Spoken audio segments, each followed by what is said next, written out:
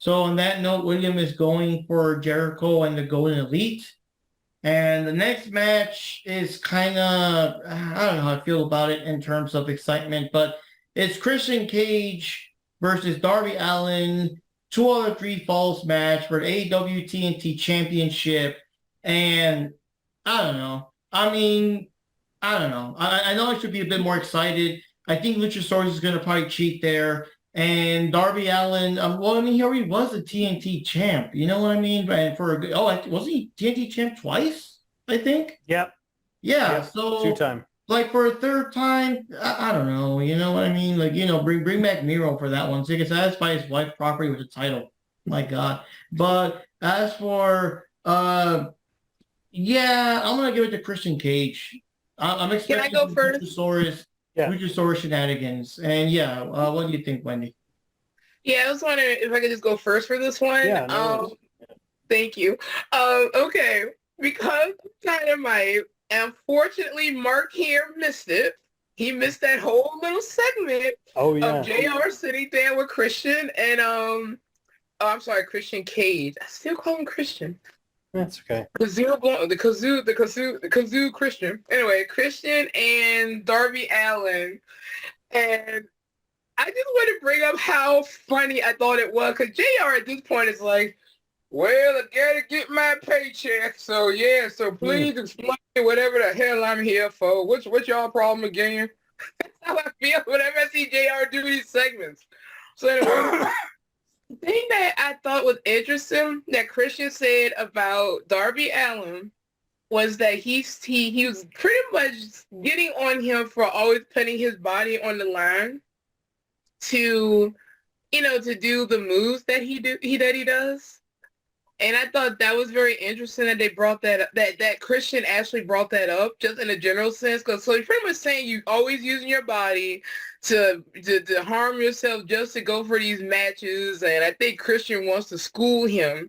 So for that alone, I'm going for Christian. But something else interesting. Now, at the end of that little segment, Christian was getting on because say you always got to wear the makeup and all that stuff. And then Darby went nuts. He got up. He got his little bottle of water. He poured it all over his face. I don't need no makeup. I don't need that. Yeah, I think he's going to lose. And it just reminded me of I don't know. I just think the whole thing is kind of silly. But yeah, I think Christian's going to win this because, as you also pointed out, Darby doesn't need it. And Darby's all over the place anyway, so Christian is mostly on on Rampage and stuff, right? So it would make Rampage is the TNT title, right? Yeah, Darby is like on all 3, so it makes sense if Christian were to keep that title because Christian is more prominent on Rampage compared to Dynamite and Collision. And that's just what I think anyway. And I feel sorry for JR because right now he's just being held hostage. All right, Jack, what do you think? As I said before, I think this is going to be a match to help elevate Darby to that last little push he needs. But I think this match is probably going to be the one where it's like, yeah, he was the TNT title champion, but the fact of the matter is, I don't think anyone has actually given a shit about the TNT title.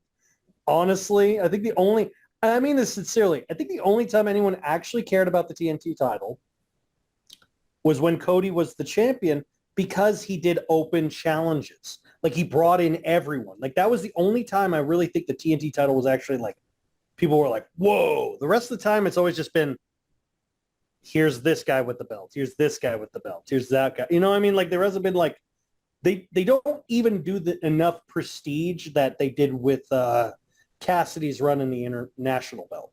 So, like, the way Cassidy was the champion, he was, like, defending it constantly, and he made a belt that seemingly meant nothing mean something.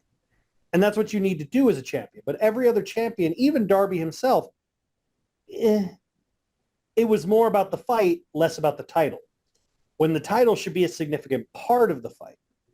And it hasn't been since this until now that this whole story with Christian Cage as the fake TNT champion with being Luchasaurus being his bitch, but him claiming to be the TNT title.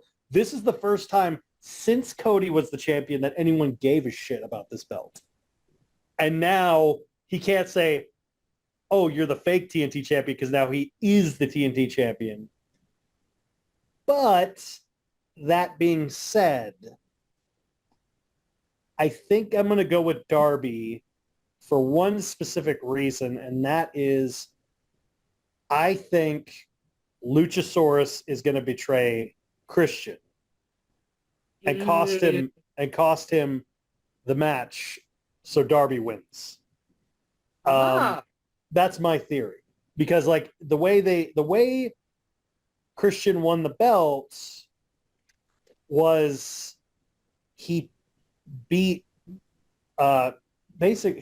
he pinned Lucha. He pinned Luchasaurus. Mm-hmm. So it's not even a question of, oh, well, oh, I beat you. Like, and all of that. And then he basically had him still be his bitch underneath him. And I'm like, it would make sense, but I think Luchasaurus will interfere. And I think Darby will probably win. Or at least I hope Darby would win, but like I said, I love heel Christian. Christian as a heel, as he's top-notch heel in this company. Like, legitimately, he's hilarious in this. Like, there's so many videos online or memes online, and it's all like, it has a picture of, like, I remember I saw one on a wrestling forum. It says, hey guys, I need your support. My dad died. And it shows a picture of Christian Cage. Like, I was like, damn, it's so good. Just him like smiling. Like, I can watch clips of Christian like just burning people all day. Honestly, it's just so much fun to hear. Even at that little interview with JR, when what did he say about Darby? Like, yeah, you bring your whole family, you bring your mother. Oh wait, maybe I should call your mother. I was like, oh, come over there, Christian. He's like, bring your uncle. Like, he's like, your uncle was drunk driving with you because he's a terrible uncle. And I'm like, I love what he does. Christian Cage wants to be everyone's stepdad. He does. It's like, I'm going to call. In fact, I'm going to call Nick Wayne's mom. I got her digits. I love that. I will say, though, I've never seen Nick Wayne's mom until now. I'm like, holy shit, she's gorgeous. What the fuck? Don't give him ideas, man. No, because I've been following Nick Wayne back in the day, and I was like, oh, this kid's really, really good. And then his mom goes, oh, what the fuck? What the fuck? Anyway. It's one of those things, like, how did that kid come from her? Yeah. It's kind of like when you're shocked when you see, like, when I first saw Noelle Foley, I was like, what? Not that she's like insanely attractive, but I'm just like, she just doesn't look like Mick at all. And I'm like, what? I was like, anyway, her son looks just like him though. Anyway, but I'm like, okay, this is kind of cool. Like, I want to see Darby. I would love it if Christian forced Darby to actually in-ring work. You know, not focus so much on high flying. Show him some more in-ring skills, because that's where Christian succeeded the best, is in-ring work. He didn't do too many high flying spots. It was always Edge that was doing like the quick pace shit, because that's what made Edge and Christian. What was so cool about Edge and Christian, the Hardys, and the Dudleys is they were three distinct styles, and they would always blend well together. Hardys were always high flying. The Dudleys were demolition style, using like weapons, and Edge and Christian have always been ground mat wrestlers. So it would literally make sense for Christian to, in the words of the Iron Sheik, make him humble and just teach him how to do some in-ring work in the middle of the match. And I think it could elevate Darby's skill set. Yeah, that's what I was saying. Like the fact that that got pointed out at that little therapy session thing with JR, and the fact that Christian was the one to bring it up, I think that's also going to make the match a little bit interesting based around that, and see how Darby will work in the ring with Christian. Yeah, especially considering Christian. I think that's going to play a significant factor, especially because it's a 2 out of 3 falls match. And as we all know, those kind of matches are not rush matches. Those are marathon style matches of like, you got to pace yourself. You got to time it out proper. It's an endurance run. It can't just be like, I'm going to sprint to the finish, because then you're going to get screwed. And you can't snap your spine just to hope for a win. Darby.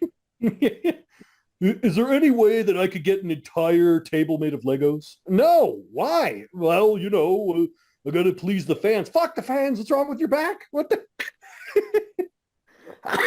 How did you get your spine in the shape of a Z? How is that possible?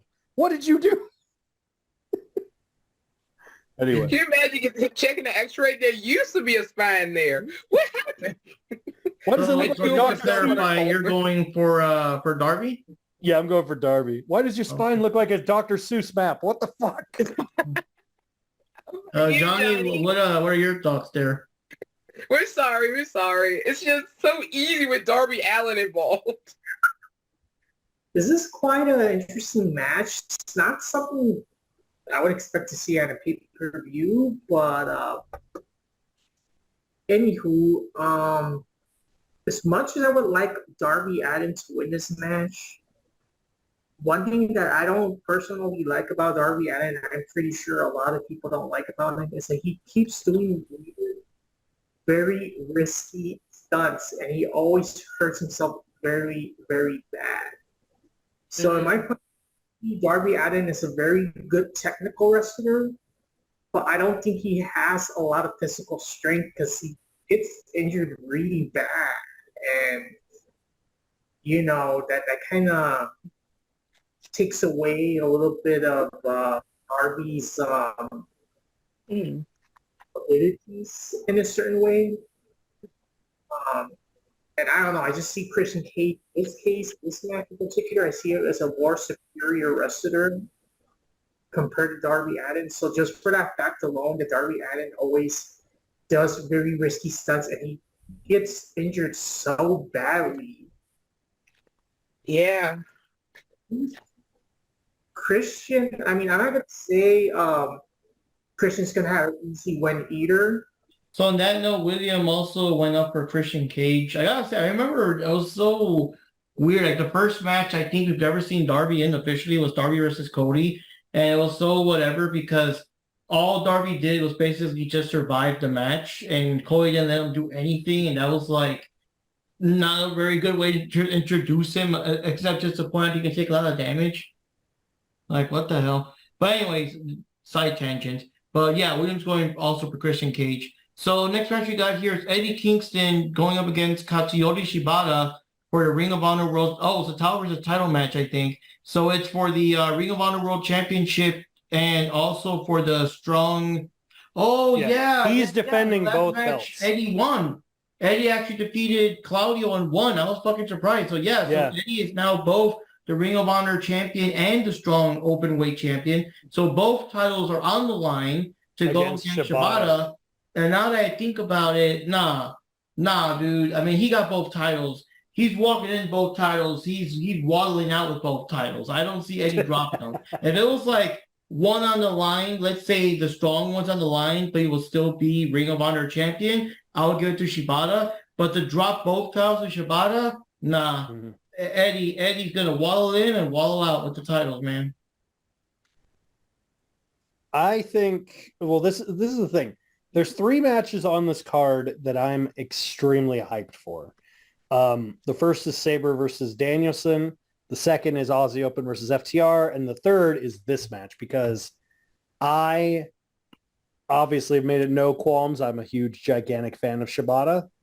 But what I love about it is this match, it's not even about belts, really. Because it's just about a guy who Kingston has, and everyone could look back at the old podcast. I made no qualms. I didn't like Eddie Kingston. I didn't think he was really. I didn't like him. I thought he was kind of stale and boring, and until he came out of the G1. And as I said before, when you come out of the G1, you don't come in the same. You don't come in the same and come out the same. And since he's left, he's gotten so much better. He's gotten like to an nth degree of much more serious, much more focused, much stronger. His strikes are a lot deeper. He has become more resilient and endurance. It's like he, if you want to go like video game terms, it's like he got extra upgrades on his stats, and it's really cool to see that happen.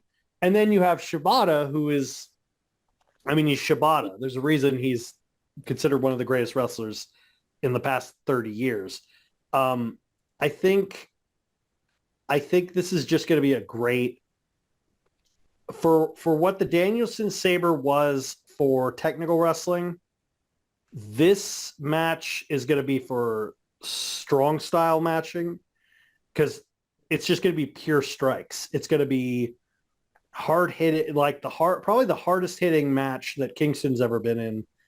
And I just cannot wait to see it.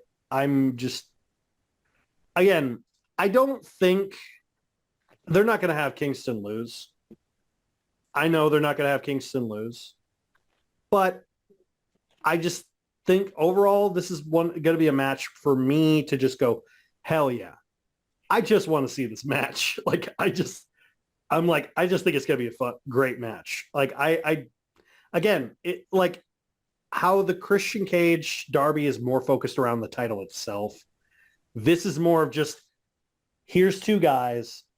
One guy is extremely respected, revered, and loved. And here's another guy who's trying to gain that same respect and love from the wrestling world. And through his hard work, he's actually gained a lot of respect and love from, especially Japan. Like, they're actually really like, wow, this guy's really good. Like, because in Japan, it's all about respect and all about how you are in the ring. As far as wrestling, it is about what you do, not what you say, not how you are. So that's why they look at women like when they saw Willow Nightingale, literally all the crowd kept talking about, like, after all that happened when she fought Julia, they're like, wow, the AEW women are this good? I want to see more of them. And I'm like, no, no, you don't. But then they saw Kingston, and then they've seen Claudio fight, and they've seen Moxley fight, and I don't necessarily like Moxley, but they have shown off the talents in Japan to help elevate AEW to the international market. And I think Kingston is doing a great job at doing that. So I'm excited to see I'm just excited to see this match in general, but I do think my pick is with Kingston because I just don't see them having him drop the belts. But I do think this match in general is not about the belts. It's just about Kingston having to earn Shibata's respect, which is not a thing he gives very often. You have to severely earn that shit. Wait, what match were you on again? Because I had to step out for a moment. Eddie Kingston is defending his New Japan Strong and Ring of Honor World titles against Katsuyori Shibata. That's what I thought I heard. Okay. I don't even remember that. I don't even remember that on the card. Hearing that one. Okay. Or I just missed it. Yeah, they barely just announced it on Dynamite at the very end. Oh, and I wasn't paying attention at the end of Dynamite. Like, I got so tired of the transfer. The transfer was kind of bad on Wednesday, so I just like, you know what? I don't care. I kind of just cut it off at the contract signing. But wow, this is a tough one. Kingston does have all those titles, and it wouldn't make sense for Kingston to drop those belts, but I like Shibata. Me too. Also, this is another thing that kind of adds to it. If Shibata were to win, he would automatically not only be a Triple Crown, he would automatically be a Grand Slam of all time, because he's also been a never openweight champion and won the J Cup. So he would literally automatically have a Grand Slam to his career if he were to win. Wow. So here's the thing. Should I go with who I think will win, or should I go with who I want to win? Hey, you could always just pull the rabbit out of my hat and just be the contrarian if you want. Yeah, I'm going to be the contrarian. I'm going with Shibata. I'm just going with Shibata. I mean, it's sort of like if it's the Young Bucks versus a Wall, I'm going to root for the Wall. So, you know. Yeah, I'm just going with Shibata with this one. It would make more sense for Kingston to win because he had the titles and he hasn't had them very long, and he also hasn't been back that long. So it will make sense if he wins. But I like Shibata. Yeah, I'm just going with Shibata with this one, Mark. So just put me down for Shibata. I'm with Shibata. Just to clarify, you also went for Shibata, Jack? No, I'm for Kingston because I love Shibata to death. You guys know that. But it's more of like, as I said before, I don't think this is about the titles as much as it's about can Kingston earn a thing that's more important to him than any belt, and that is Shibata's respect. If he could get Shibata's respect, because he doesn't respect very many people, if you earn his respect, it's like one of the like most treasured things. Then that would elevate him to a whole new level, especially on the international market. For like the visual of Kingston and Shibata shaking hands, like that alone would cement Kingston's career forever. And I'm just going with Shibata because I like Shibata way more than Kingston, even though Kingston winning would make a heck of a lot more sense, and he probably will. Johnny? How about you, Johnny? Okay, this is definitely a very good, interesting match for this pay-per-view. Honestly, yeah, this is kind of a tough one because I also think it'd be cool if Shibata wins this match, but I think Eddie Kingston. I mean, I don't think he's not gonna lose the title that quickly. And Eddie Kingston has gotten a lot better as a wrestler. Like each time that he fights in every match, he gets it better and better. And I actually like both wrestlers in a way. So this is kind of tough, but I think more like for storyline wise, I think Eddie Kingston's gonna probably win this match. William also went for Shibata. And so moving on here, the next one we got is Chris Statlander, who is the current TBS champion, going up against Julia Hart with Brody King in the background there. And I mean, I gotta give it to Chris Statlander, obviously.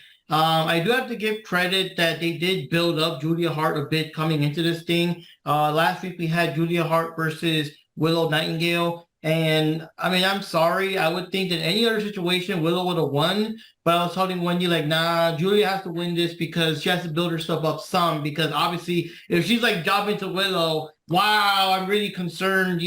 Chris is really shaking in her boots now. That kind of thing. So obviously, Julia had to win to kind of look strong. But either way, it's like they say, all for naught because Chris Statler is going to take that bitch down.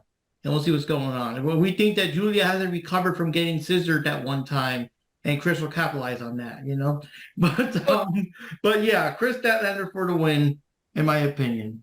I'm sure that if DJF was here, he would also agree. Like I told you on Wednesday, Mark, once you get scissored by the Acclaim, you're never the same again. and with daddy ass encouraging it. That sounds wrong on many levels now. Shut up now. Yeah, it's like I think it runs at the wrong AEW pay-per-view. Anyway,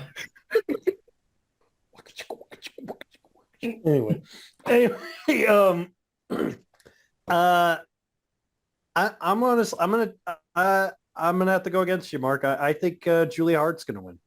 Wow. On what grounds, Mr. Jack? That one you're gonna have to explain. Because she's gotten 100 billion times better a wrestler in the past 3 months than Statlander has her entire career. Oh, Jim, those fighting words. No, really think about it. Statlander has a handful of moves, maybe at that, but Julia Hart has been like extreme, like focused more on like striking and submissions, Like, realistically, look at all the women in AEW. Is there really, other than Britt Baker, is there any other wrestler who focuses that much on submission? Probably I what's don't her really think face? it is. Serena Deeb and Shafir and all them. Probably. Oh, is she still there? I thought she was Yeah, gone. I know. It's been forever, hasn't it? I'm like, I thought she was gone. But I also, I love that what they're building with Julia is like, it's a way to help thrive this whole concept of like, you know, the whole House of Black with like, well, it's not just the three guys who have been champions or just us who's capable of being champions. It's anyone in the House of Black can be a champion kind of thing. And also, I really kind of want to see what she would look like as a champion. Because let's be honest, every time Chris Statlander has been a champion since she's been champion, she's been boring as shit. Like, she's been so boring. I'm sorry. Like, she doesn't have any presence. She's never had any presence. She's had to redefine her character like 4 times, and each time it's just more and more boring. And it's like, first she started as a boopy alien who didn't talk. Then she was a boopy alien that hung out with Orange Cassidy. Then she's a boopy alien that suddenly starts talking. And now she's a cool rebel. And I'm like, wait, are we going to just forget that you were a boopy alien? Are we just supposed to forget that shit? Okay, all right. And but Julia has only had 2 characters. She's the preppy cheerleader and then the twisted, silent, looking almost like the girl from Fleetwood Mac kind of thing. But now it's like, oh, she's actually a good wrestler. Like, now she's actually like, oh, she's actually like the house has turned her into a good wrestler. I'm like, I kind of like that. It's kind of cool the way they did that. Because I honestly had really low expectations for Julia Hart. And with Chris Statlander, everyone tells me she's great, but I don't see any results building up to that fact. And whereas, like, you could keep telling me she's an amazing wrestler, but I mean, she's pretty good at best, but I'm like, kind of like, meh. Well, I think she drives more also like due to her height and everything, and how she's kind of bulky, like just like the power moves. So I guess it'll Right. be, Right. it'll And be, that also plays into the factor of why I think Julia should win. Because think of how much bigger Chris Statlander is than her. She has everything against her. So she would be basically like literally like a David versus Goliath thing. And it would add to an elevation of a storyline of like, I should be able to beat you easy. I'm stronger than you. I'm taller than you. But Julia's still able to beat her and make her tap out. Like, that would be like, what? Like, I think that would really make it better because they don't really, we've constantly talked about this all the time where one of the biggest issues with AEW, and even the fans know it, is their women's division sucks. And they don't know how to book it proper. And this would kind of be a good step forward of like, hey, what if we did try to change directory? What if we did try to go into a different route than we would normally go instead of the safe route? Chris is the safe route. That's my opinion, really. Chris is kind of the safe route of like, well, she's got a great fan base on Instagram. Okay. And, well, that'll definitely add up to TV ratings. What? Based off of what? What the hell has she done in the ring? Well, did you see her Instagram stories? 1,000 views, guys. 1,000 views. That's pure ratings. How? What? No. Damn it. But I like the whole idea of like, I could see like Julia Hart as a champion. And then like, imagine her as like a champion and they kind of play off the whole curse aesthetic of like, I mean, I like what they did with Willow where like they sprayed the mist and like her whole face was all bandaged and you see it, it's all blackened and dark and looked. Yeah, like, I was wondering like, what was when she came yeah, in. because she sprayed her with the mist and like, oh, the doctors didn't clear her to compete and she had this thing and she's like all cursed looking and I'm like, that's a cool concept. I like that. That's kind of like, it reminds me of like, not in the cheesy way, but in a kind of cool way of like, reminds me of like, almost like, what if they went, now picture me on this, what if they go like with Julia being like this evil, like sorceress kind of thing, but not too overplayed. And they make her like do shit that you remember like old Papa Shango used to do, Yeah. where he like curses and shit, and then be like imagine like if they like at some point had like Chris Statlander or something, and like all of like she's wearing like this like she has like some sort of cellophane or something on her head, and then like it starts like gushing like green all over her face, and it's all like I'm making you bleed like the alien that you were, or something like that. Like, oh, like, oh, that would be kind of cool. I remember being so freaked out during an interview where even fucking Ultimate Warrior, his hand started bleeding and shit. Well, it was like weird liquid or something, and I was like, "Oh my god!" Not even Oakland say that Papa Shango. Because I was a little kid back then. Yeah, that Papa Shango that shit. really freaked me the fuck out, man. Yeah, go with that shit. Like double down on that stuff, and then like you could totally play with that stuff. Like have her have like tarot cards, or have her have like I don't know, like poison or something. You know, some crazy. Just go crazy. You could do so much more with Julia as a character, as this evil witch woman, than you could Chris Statlander as some lady. Who's going to win? The evil, horrible sorceress who has powers beyond imagining, or that guy? It's like, I'm going for yellow shirt, man, all the time. That's my reasoning. But I honestly just think, like I said, I think there's more of a story with Julia, honestly. And it's not like Chris Statlander wouldn't get a title again. Come on, let's be honest. She'll eventually get another title. Okay. I think Statlander is going to win because Tony doesn't know what he's doing. So, there we go. But realistically, only because of the thing against Willow and how she did beat Willow, you know, she was, you know, and Willow was more aggressive than usual too for that match because of what happened, you know, prior and with Sky Blue and all that stuff. So the fact that she made Willow tap out, that does make her look strong. And I will admit, I didn't think of it from that perspective until Mark brought it up. And, you know, he was saying, hey, it would make sense if she won because you can't have her losing to Willow. And then if she were to beat Statlander, then it wouldn't be as believable. You know, so, oh, hey, nice. Nice.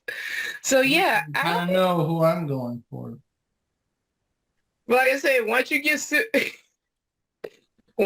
scissored by the oh yeah, like I said, don't forget the once you get scissored by the Acclaim, you're never the same again. So that's what happened. All her extra powers have awakened within her as she's trying to stand more apart from the House of Black. So you know what? I would have to go with Jack with this one. I think it would be nice if they let her be Statlander, because I'm not gonna lie, even looking at the House of Black matches, and it kind of sucks that she's always was just there to me, but I always was more curious about her because of her the way she carried herself and the way she would act and all that other stuff. So yeah, the fact that they are putting her in more matches, they have to be doing it for a reason. So hopefully Tony is using his brain for good and will actually have her beat Chris Statlander. Because I think, yeah, like I said, that would be an interesting twist and everything. Said, hey, David and Goliath, you know, that kind of thing. Even though she's smaller, she should, you know, it'll be surprising seeing that, oh, she is able to beat bigger opponents or stronger opponents, or those who would generally, you know, be the ones to win those kinds of matches, because Statlander is like a powerhouse. That's why I said when I saw the matchup, yeah, Statlander. But we just think about it, hey, never know. And they had her beat Willow, so and like I said, Willow was more aggressive than usual too for that match, and she still managed to get her to submit. I like that. At least back in Dark, when she had more singles matches, I like how Julia would just stand there and just give you that creepy glare. And it would always make the opponents like so uncomfortable and everything, you know, like just, jeez. Anyways, your thoughts, Johnny? For this match, initially, I was gonna go for Chris Statlander, but seeing what the possibilities surrounding this match, I'm kind of interested to see. It'd be cool to see Julia Hart win this match. And not only that, but it'll put her more on the spotlight than just seeing her in the background all the time. So yeah, that'd be pretty interesting. Now, in your case, you said Chris because Tony doesn't know what he's doing. Like I said, I want to go for Julia Hart, but Tony Khan's an idiot. So how about I just see him doing you two go for Chris and we'll go for Julia, and then that way it's kind of split down the middle. Yep. So William, of course, is going for Chris Statlander. So okay, I'll go for Julia. Oh, then you're going. Okay, I'll go for Julia then. I agree with you though. Tony definitely doesn't know what he's doing. What if whoever wins this will be the way that they bring back Thunder Rosa? That'd be interesting. I'm just saying, you gotta do something. I can't. I mean, is she even on Collision? Because Collision was like, I know it was a CM Punk show, but it was also. But she was supposed to be the Andrade show, the Rosa show, and the Miro show. I mean, and now it's like just they said, the troublemakers. It's funny when I tell that to someone. I remember that messenger you saw where that one person's like, have you noticed that there's no more infighting at AEW since Punk? I'm like, that we know of. It's not a matter of, this is the thing. It's not a matter of, there've never been any fights since Punk's been around. Oh, there have been. We just don't know about them. Yeah. That's the whole point. It's like when Punk was around, he made it abundantly. Hang on. Say it. Give me a sec. Let me get the speakerphone. Go on. And everyone would and then if Punk's gone, it's what I call HR logic. If HR doesn't know anything about it, they just assume everything's perfectly fine, even though you're halfway in water and the building's on fire and there's a weird demon hole coming from the 7th level of hell. And then they're just well, we haven't gotten a form, therefore the building's totally fine. It's that kind of logic. How about this? We didn't get anything, so the building is still there. All right, guys. So the next match is a big one, and I gotta say there's a real big injustice there I'm gonna bring up here. But okay, so I know where you're going. I know. It's a 4-way tag team match, and whoever wins this match is gonna get a future AEW World Tag Team Championship match at any time. So that's kind of cool. So we're gonna have the Young Bucks, Matt and Nick Jackson, of course.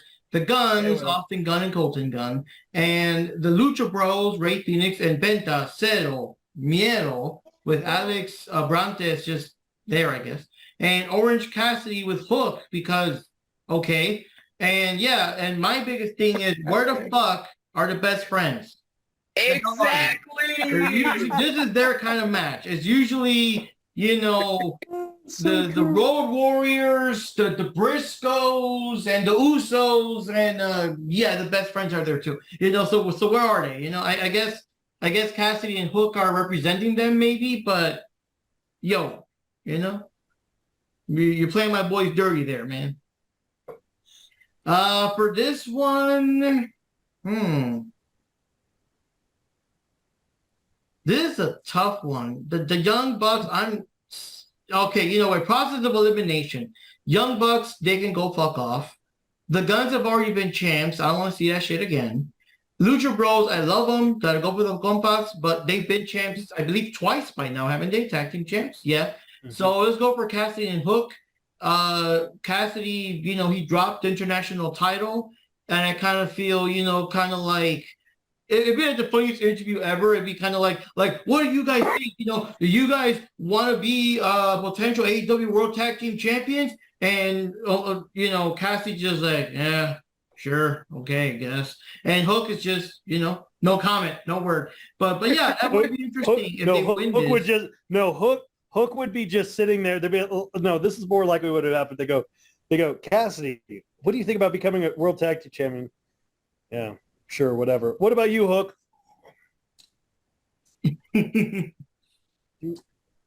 You'd just be sitting there eating Doritos. That's all you do. Yeah. I like Hook. And that's the thing. I like his gimmick though. I know people want him. I've heard some things I where love Hook. you should do this, you should do whatever. But it's like, yeah, but then he's gonna be like everybody else. Let him do his thing. He is the violent kind of silent type dude. Let him do his thing. We don't have to Undertaker breakdancing or anything because let's make him like someone else. Well, I guess American Badass was kind of cutting it close with the Limp Bizkit music. But other than that, you know what I mean? Don't fuck with a good thing so far. But yeah, Cassidy and Hook are my pick. I don't know if they'll actually win when it comes down later to the thing. If they can beat, who are the current tag team champs anyways? I kind of lost track. FTR. Well, Well, that'd be interesting. FTR for now. It could be Aussie Open though. We don't know. It's interesting. I mean, on that side, I don't see Cassidy and Hook taking either down. But on the other side, the other ones have already had their chance. Okay. Okay. Yeah. What do you think, Jack? I see you thinking there. You're either thinking about the match or thinking about how to catch that hedgehog. I want to catch that hedgehog and then watch the AEW pay-per-view. I will get you, hedgehog. No, I'm just hearing that Adventures of Sonic the Hedgehog background music that used to play for Robotnik, and I'm just putting it to for Jack right now. I hate that hedgehog and also the Young Bucks. No. We love you, Jack. Just don't wrap and shade, grounder. yeah, No, I'm shade, kidding. I know. No, I know. No, I'm gonna go. Actually, for me, it's a toss-up between. The problem is I'm kind of with AEW now. I literally have to think, who do I want to win and who do I think will win. That's That's the because problem. that's the biggest issue because I know they're shitty booking. Yeah, I know. But with WWE, it's kind of like who do I want to win and who would piss me off the most if they won. You know what I mean? That's true. That's very true. I think because they were the champs, but they're very different now than they were because now they have backup. If the Guns won, because now they're with the Bullet Club, they could actually use that to elevate themselves because then they could be like, hey, the Bullet Club Gold now has gold kind of thing. And they could help elevate that and then eventually get it. So say Juice Robinson wins the TNT and then the Guns win the tag belts and then Jay wins the world belt. I would be like, yes, it's coming true. That would be me, me marking out. But anyway, now I would like to see Cassidy and Hook, but not as a tag team. I would love to see Hook on his solo run. Cassidy already had a belt run. He could go fuck off. I don't care what Cassidy does. I really don't care what Cassidy does. I was like, I liked your title run until it got very, very, very stale. And I'm like, no. So basically, Jack, you want Cassidy to have one hand in his pocket and the other hand hailing a taxi cab? Yes. Shout out to Alanis Morissette. Yep, there we go.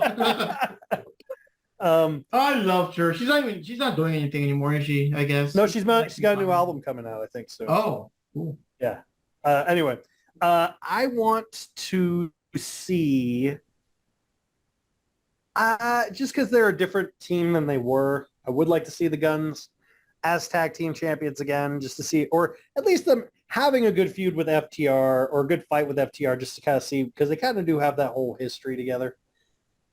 But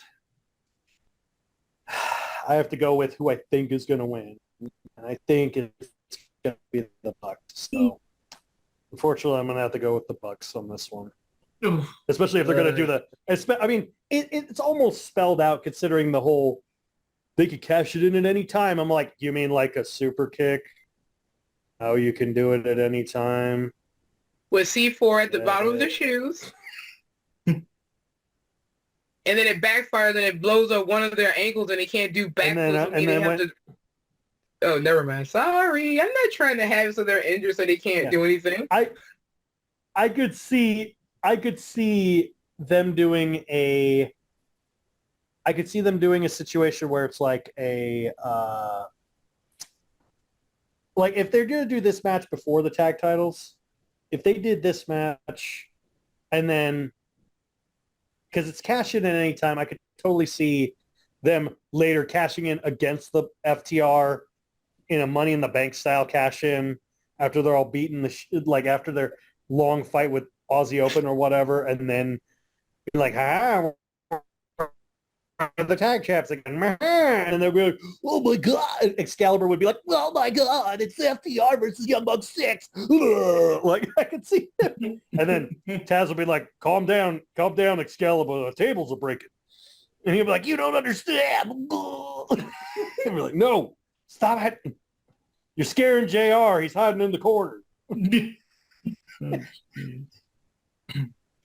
I could totally Sorry for the visual, folks, but that's what I think is going to happen. So with that, I'm going to... personally, only because I think it would be interesting, I would like to see Cassidy and Hook, but I keep forgetting, like you said, the stipulation, which I didn't know about, or either they said and I just glossed over it. Like they can cash in any time for challenge whoever the tag team, title holders are.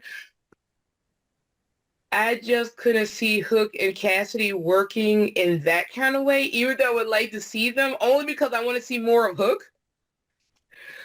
But if it was like the other way around and this was a title match and you think who's going to win it, and they won and they will take any challengers and be like open challenge, then I can see Cassidy and Hook winning, because Cassidy has that attitude where, hey man, if I'm not working, I'm not happy. Whatever. It's a title. Because it's his gimmick, right? So I don't think they're going to win, even though I kind of sort of would like to see them win, just out of curiosity's sake. The Guns would be interesting. I don't think the Lucha Bros have a chance at all, honestly. I don't know. I just couldn't see them winning something like this with that stipulation. The Guns would be kind of interesting, I guess. But the Bucks, I refuse to choose the Bucks. I don't care. I'm going to choose Cassidy and Hook. I don't think they're going to win, but I refuse to choose the Bucks on the grounds that they shouldn't win anything. That's all I got to say. And also, I have low expectations for this whole thing anyway. And you already know why, right? Cameraman, that awesome, inspiring AEW camera work. Exactly. When I found that they were doing a 4-way tag team match, I just zoned out. Said, okay, you know what? So I probably want to skip this one and just wait for the outcome, because it's not like they're going to catch anything anyway. So why bother? I'll go to the match after it and watch the matches before it. So yeah, I do not like matches like this in AEW for that very reason, because Tony does not know how to get good camera people to shoot his matches. Have a camera on the ground. Have a static camera on the ground, and then the other cameras surrounding the ring, and other cameras in other angles, because it's a fun. Tony, you only need 3 to operate in a wrestling show. You need an overhead camera, you need a floor camera, and you need a ring camera. That's it. You don't need any other ones. Yeah, exactly. If you want to have somebody running around the ring because your phone's going to be flipping out of it anyway because it's AEW, you can have him there too. But at least have those static cameras there so we can see the action.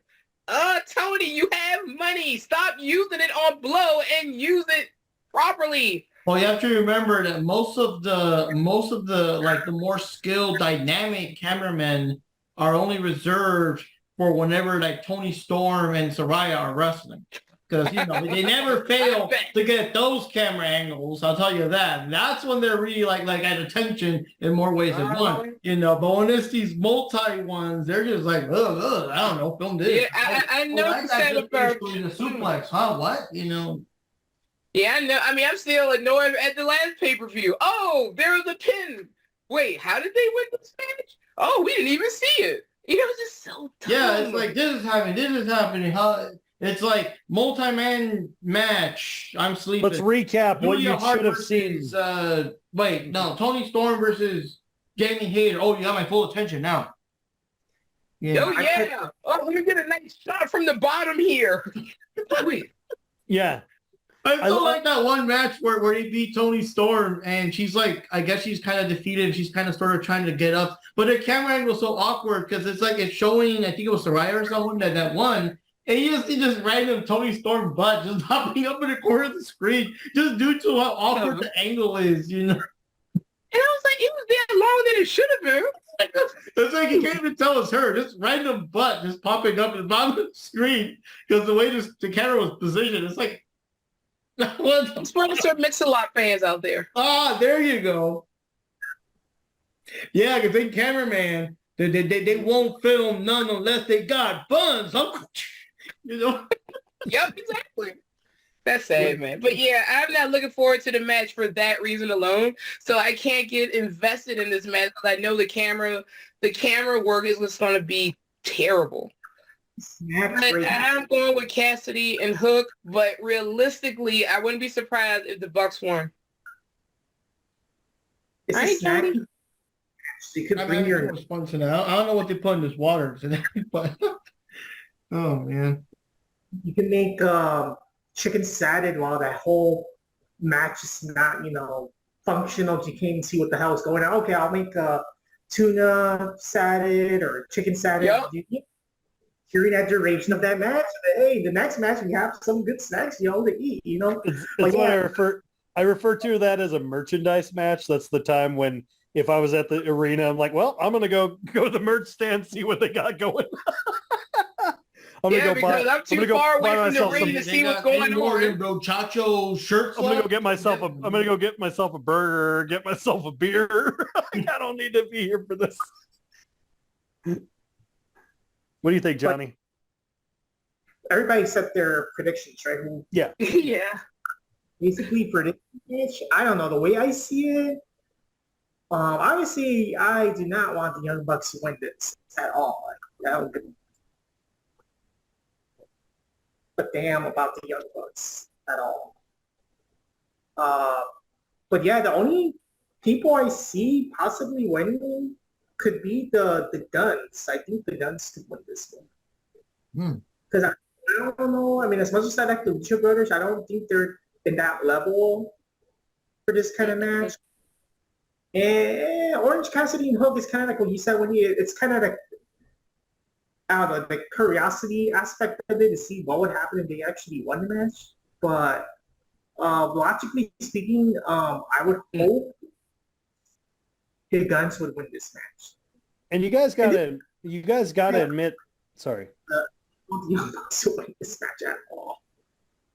You guys gotta admit, at least you gotta admit that since the Guns have joined the Bullet Club, they've gotten a lot better than they were. Yeah. Because that's the power of the Bullet Club. And I just have to add this in too, because totally had nothing to do with what Jack just said, because my brain is just goofy like that. But and like I said, the other thing wrong with this tag team thing is that the best friends are just not there. I mean, that is an insult to the best friends. How do you have a tag team battle here without the best friends? Watch last minute thing. Cassidy and Hook got injured like over the weekend. Some shit. Here comes the best friends to fill that spot or something like that. But anyway, William went for Lucha Bros.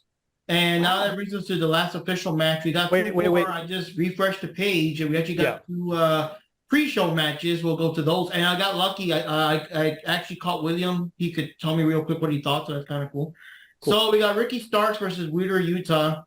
I guess, just a match and respect and all that good stuff. I don't know. I think Wheeler Yuta, no matter how, I mean, he had his moment when he first joined the what do you call it, the Combat Club, and he proved himself and all that kind of stuff. And he had his, when he was like the, what do you call it, the Pure Championship and stuff like that. But he's I think he downgraded back to being like, the whatever, the extra person, just he's there, you know, like you got Moxley, you got Claudio, you got Brian, and Utah was there too, you know, and most of the promos, he's just there in the background, you know, you got like, yeah, you're amateurs, I want to beat you, and Claudio, oh yeah, I want to beat blah, blah, blah, whatever, and Moxley, you know, yeah, blood, yeah, cut, blood, yeah, and Utah's just basically either quiet in the background or just, yeah, what they said. Yeah, you know, he's just like that extra guy. So he really lowered in the ranks again. Yeah, that's right. Yeah. So I'm going to give it to absolute Ricky Starks for this one. That's literally Wheeler Yuta is the Meowth of the Blackpool Combat Club. Wheeler Utah is like, you remember what do you call it? Was it A Christmas Story? He's the little bully guy, you know, with the main bully. The main bully's like, yeah, I'm gonna fuck you guys up. I'm gonna, you know, what? Oh my god, he's Gaston, or no, he's LeFou from Beauty and the Beast. He's the guy that always followed Gaston. Gee whiz, Gaston, and he always gets his ass kicked. That's him. Yeah. He's LeFou. That is okay, Jack. What is your prediction? Because I had my comments. I couldn't pretend to give a shit about this match. Gun to my head. If you put a gun to my head and said, please care, I'm like, no, pull the fucking trigger. I'm done. Like Jack, I'm sorry, Jack. I had to interrupt you, but I want to applaud you because that was the main reason I had low expectations for Wrestle Dream when they said that was the main event. Honestly, that is why. I don't know if that is the main event because I just don't think they even planned out the schedule of who's going to fight where. No, I think they were trying to prop that up as like the main event. I mean, that's the impression I'm getting. I don't want. It don't make sense for it to be. Not. But you know how these are. I mean, it could be. Yeah, I just realized there is no, you know, MJF's not defending the title this time, so. Yeah, I mean, yeah, because he's too busy fighting for the being a lot of titles with them. And but I like I said, I could give less of a shit. I don't like Ricky Starks. I used to like him because I was like, oh, I thought he was good in the ring back in the day, and then he just got lame like really quickly. Like he reminds me too much of young The Rock, like when he was in the Nation of Domination and he was still trying to do cool promos, but then he didn't really know what was cool. So he would just say shit and get angry at the crowd. He reminds me of that. Like, you know, not quite The Rock, but not quite Rocky, but like just out of the Rocky Maivia phase where he was like super fucking awkward. And you're just like, he was like, oh, you can see him. He's like, I keep hearing you saying Rocky sucks, but like you could hear the strain in his voice, like, please like me, like in that voice. That's Ricky Starks to me. And I don't see, and considering he's been like that since he's been in AEW, which was nearly 2.5, almost 3 years ago, I don't see it going any higher than that at this point. And Yuta, this match should be called a failure to launch match because it feels like both of them are just like, they don't know what the hell to do with them. And they're just like, well, we were building this whole thing with Ricky Starks and CM Punk, but nah, fuck it. Yeah, do something. That's like, well, we'll just have him fight Danielson and fuck it. Have him fight Wheeler Yuta. Who gives a shit? I'm like, man, you're just, I'm not going to be shocked if eventually Danhausen comes back and he beats him at this point because they don't know what to do with him. And they don't know what to do with Yuta. They don't know what to do with either of them. And I'm like, okay, I guess shot in the dark, I'll go with Wheeler Yuta, but it really could not pretend to care. I'm probably, knowing me, during this match, I'm probably going to go get some food or something and just not give a shit. No. You're supposed to get the food together during the tag match because you won't be able to see it anyway. So that way you have your food ready for this great monumental match that everyone's on the edge of their seats to see. No. See, what's going to happen is the tag team match, I'm going to be prepping the food. And then this match, I'm going to be more entertained eating my food while watching paint dry. So I'm going to be actually looking at the wall while this match is going on because I don't give a shit about it. So that's where I'm at this point. I am not going to lie. I Savage. have no interest in this match at all. I didn't at all. And it was like the main one that kept popping up, when they were like randomly promoing it on Dynamite. Ricky Starks versus Wheeler Yuta. Oh my gosh, it wasn't even a promo. He was just like, he came up to, was like, hey. Oh yeah, he wasn't the promo that he was saying is like, hey, I get my ass kicked every single day. They beat me to a bloody pulp. I get beaten constantly. In fact, I got so many boo-boos. You don't know the amount of boo-boos. You know what? I got scrapes. My mommy kisses them. I constantly go to the ER. I am accident prone. I've not been able to see without bleeding properly. I'm so much tougher than you because of the amount of times I got my ass kicked. I'm going to fight you to beat you. Wait, what did you just... And you just watch Big Bill like, what did he just... He did look a little confused there. And I also love that. You also notice Ricky didn't respond to I'll fight you. It's just Wheeler just ranting about his problems. And then he's just like, I'll fight you at Wrestle Dream. And Ricky's like, what? Okay. It's like, it's what? a thing. But he didn't say anything. And then they just announce it. Like, what the No, but here's the thing that got me with the promo on Dynamite at like towards the end of it, and Ricky Starks left, and once they said, "Yeah, you better walk away," it was something lame like that that you'd have said. Yeah, he said that. He walked away. He was just like,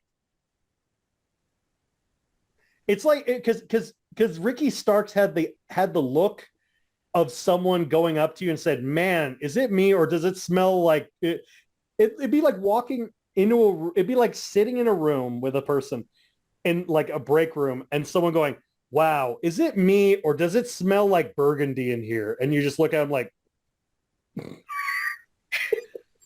so you're smelling colors. What drugs? And then you're just going to be like, okay, I'm going to leave the situation. Man, is it me or does it smell like burgundy? I mean, last week it smelled like turquoise. And you're just like, okay, well, I'm going to leave now. And of course I'll be thinking, what drug are you taking? That's what I was thinking. I was like, okay.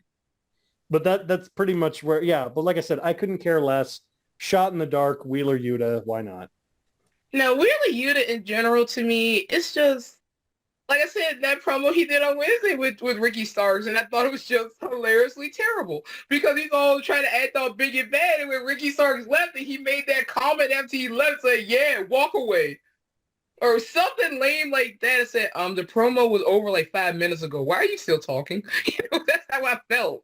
So, I don't know. And it's like they're trying so hard to build up Wheeler Yuta. They should splice that scene of him going, yeah, walk away, and then just cut to the audio of that segment I showed you guys from Collision 2 weeks ago where it was like they should have cut it. And having Big Bill go, get out of the shot. Get out of the shot. Just the audio of that. And be like, yeah, you better walk away. And have Big Bill go, get out of the shot. That was terrible. So who are you going for, Jupi? Like, I don't know yet, but I just got to get this out about Yuta.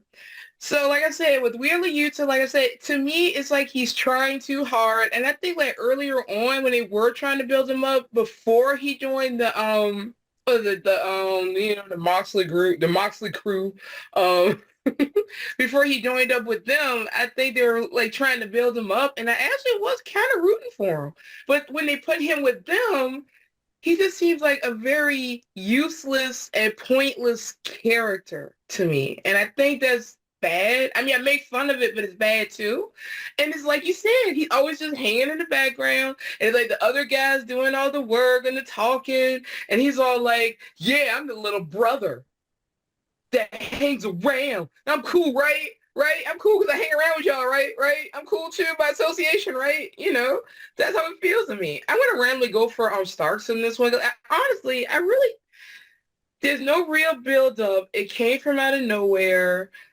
It just seems like they're just trying to push Utah to do something. And Johnny? Okay, honestly, this match, it's not even pay-per-view worthy. No. Honestly, it's just a boring match. I mean, I do like Ricky Starks, but I just don't see none of it. I don't see both him and Utah to be like pay-per-view worthy. Like, oh my god, I gotta watch this match. Like, I can't wait to watch this match.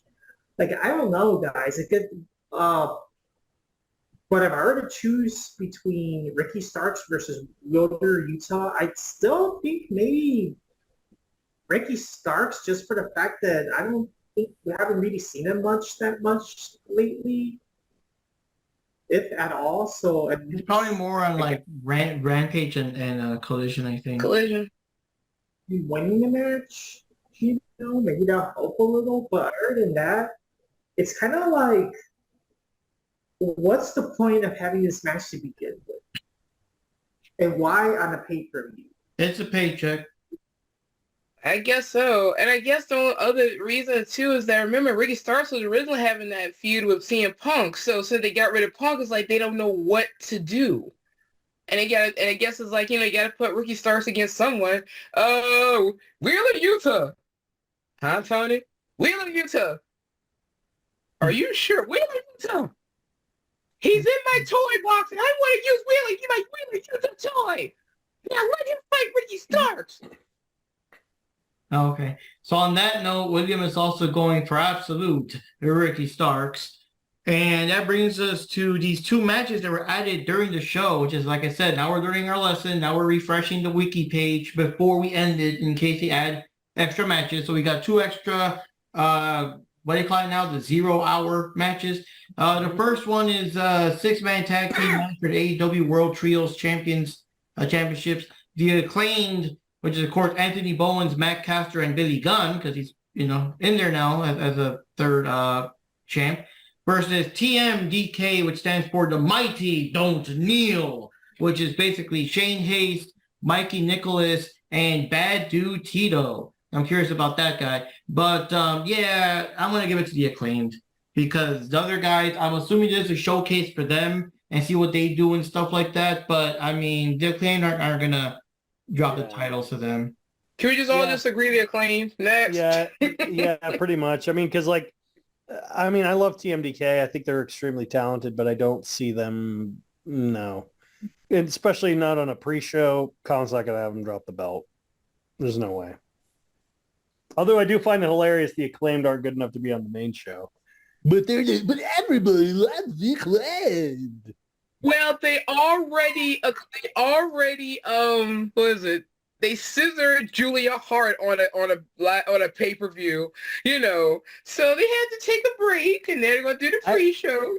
I do find it hilarious though that Wheeler Yuta is on the main card and the Acclaimed who have titles aren't. That's hilarious to me.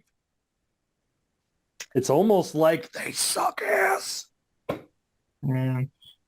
With this one, I'm kind of thinking it's a no-brainer. Is anyone here actually going for a TMDK?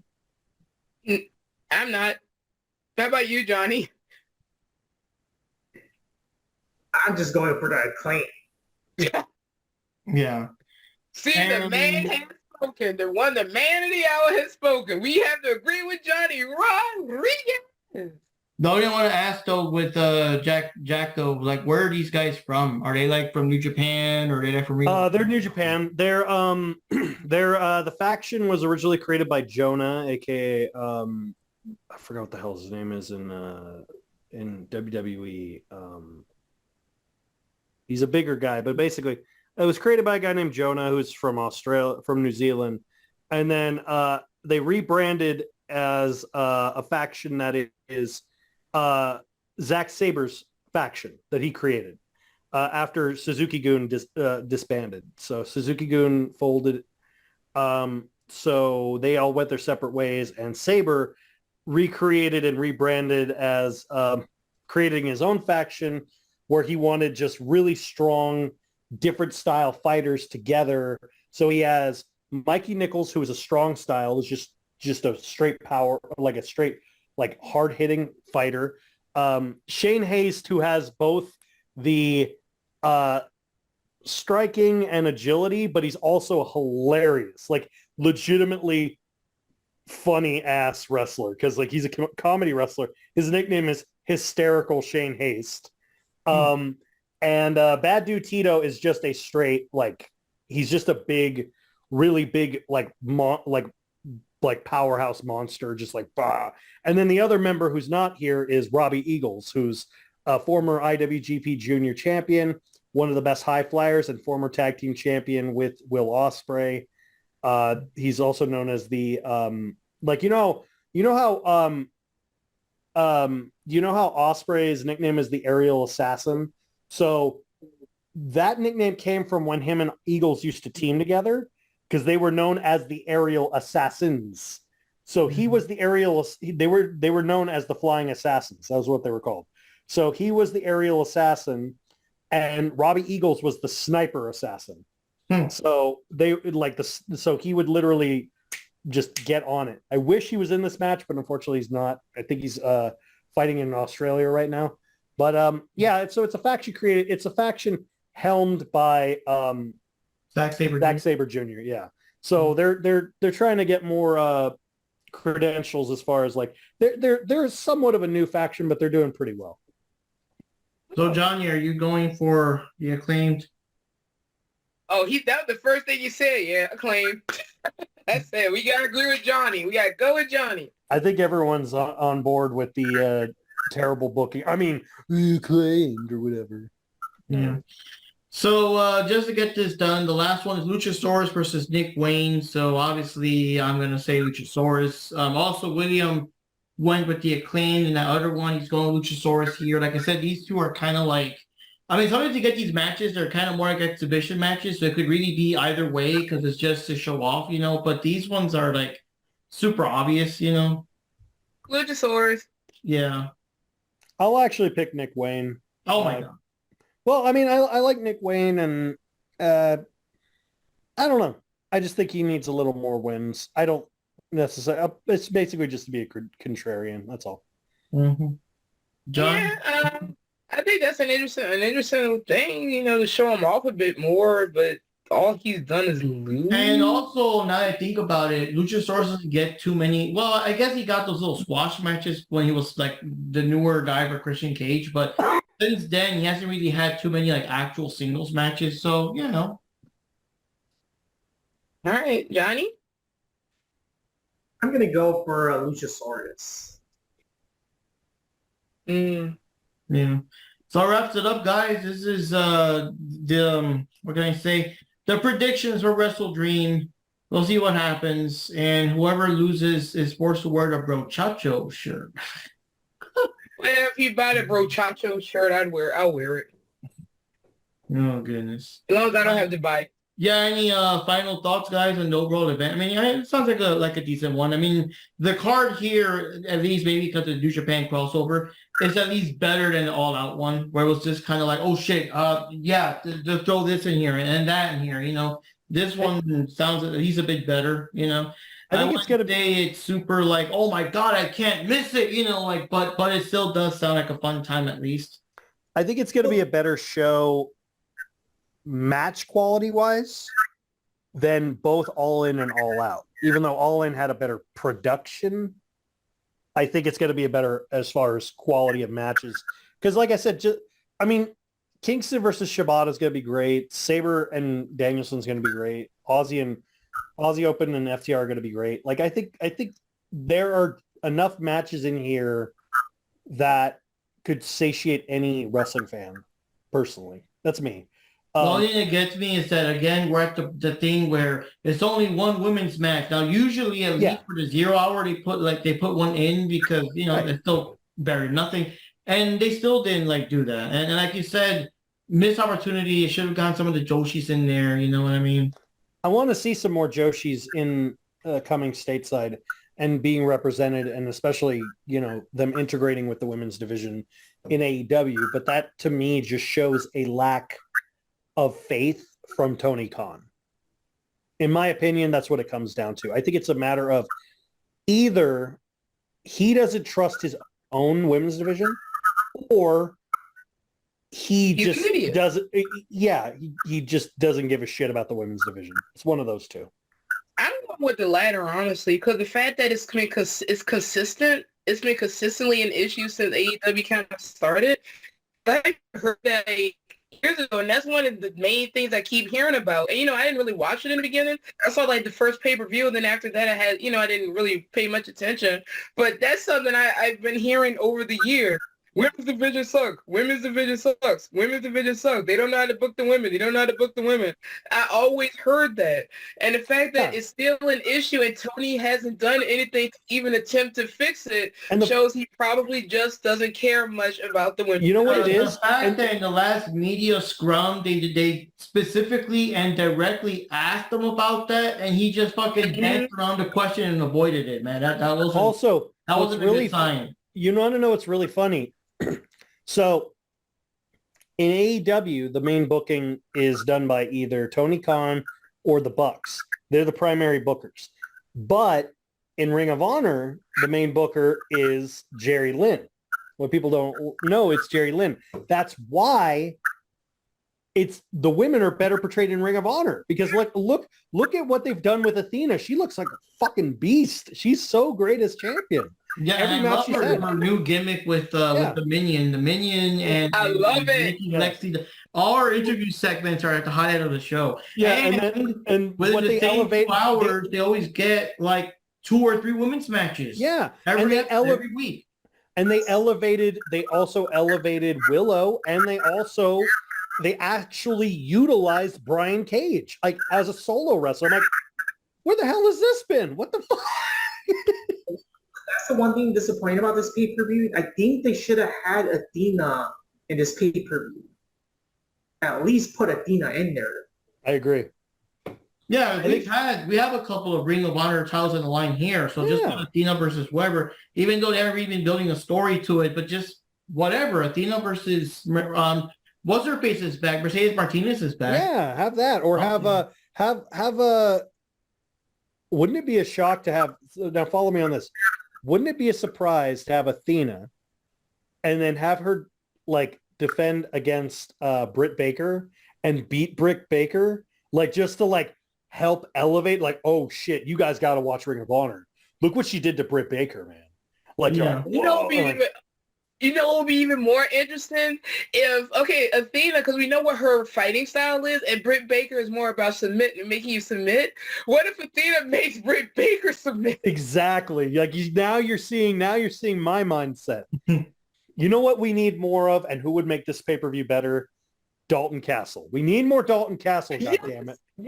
Yes. Oh my! I like that one random when he came in, and it's like yes, we're gonna make a fruit salad. Yes, with berry seeds and apples and apricots. He was like, exactly. What the? Eat it up, boys! Come on, boys! Because Wendy was like, I guess you're kind of tired that day. I'm like, dude, we gotta watch this. If you don't watch the show, at least watch the opening when Dalton Castle came in. Because like the most random bullshit he was following out into the ring. What's so funny is if you look at the people that were former boys of Dalton Castle, all of them have actually had really pretty decent decent careers. Like former boys were, let's see, David Finlay was a former boy. Jay White was a former boy. Top Flight were a former boy. Private Party were former boys.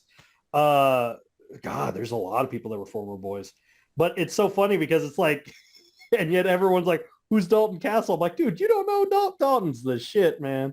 Dalton's the kind of guy. And I like how he wrestles in the ring too. So yeah. I like Dalton Castle. He has the personality, the character, and he's got the it factor. He literally is like, you don't ever see him as the top guy, even though he was the top guy at one point. And that was a great match. If you ever seen it. He was Ring of Honor World Championship or Ring of Honor. Yeah, and he did it by beating Jay Lethal and Cody. It was Jay Lethal and Cody in a triple threat, And he broke his back Oh. during that match, and he still won the match. Oh God. Wow. He broke his, those he are the broke days. his Those are the tailbone. days where I stopped watching WWE and started watching Ring of Honor because I got this whole turn on, and it was cool, man. It was like Cody was there, Jay Lethal came up and started talking shit. Then Dalton Castle came in and told, "Hey, I attribute it," and then like triple threat now. And then he defended his title against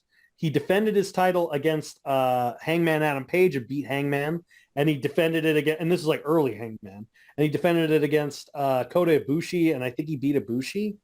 Or I think he beat Ibushi. No. I'm sorry. Hangman fought Ibushi. I'm sorry. Hangman. He beat Ace. Ace fought him, and he barely beat Ace. But that was like he obviously had to cheat. But it was still a really cool match. But like I said, I want to see like same thing with Matt Taven. Matt Taven had a great run as a heel. I love the character of Matt Taven when he's the trend Matt Taven. When he was like right after the Kingdom folded and he rebranded, he always come out and go, "I'm Matt Taven." Like, and you'd always see like hashtags of the trend and follow the trend. And it was like so cheesy. I loved it. I'm like, God, bring this back. Real good wrestling with really kind of fun characters. That's what wrestling should be, man. It's I like to think of wrestling like horror movies in the sense that you can take the most ridiculously stupid concepts, but if you do it in the right way, you can make it plausible and believable. That's what I love about it. Yeah. So yeah, wraps it up for now, guys. I guess we all kind of give our closing thoughts, and William, of course, dropped his thoughts too, his prediction. We'll find out next time, guys, after the show is over. So this is Mark Rodriguez signing off for America's #1 tour, Insomnia, the Diving Color Wrestling podcast. Maybe we're number 2 because I'm sure the All Out cause a lot of insomnia. But other than that, Mark Rodriguez signing off. Jack Knives from Jack Knives Reviews, getting ready for Jack-O-Ween starting October 1st. Check it out. Yep, I'll put the link in the comments below. Check out Jack Knives' channel with all his cool reviews. He just wrapping up his video game review month, and now it's Jack-O-Ween month. So let's check it out. Yep, video game month is cool. I liked your Tetris review. Oh, and the Mario one. Okay, so yes, and of course this is Wendy, also known as Jupi Chan or Ninja Jupi, your choice, whatever you want to use with me. And now I turn this over to the one, the only, the man with the power, the man of the hour, the man who would never go to a restaurant like the Heart Attack Grill, Johnny Rodriguez. Yes. See you next time, guys.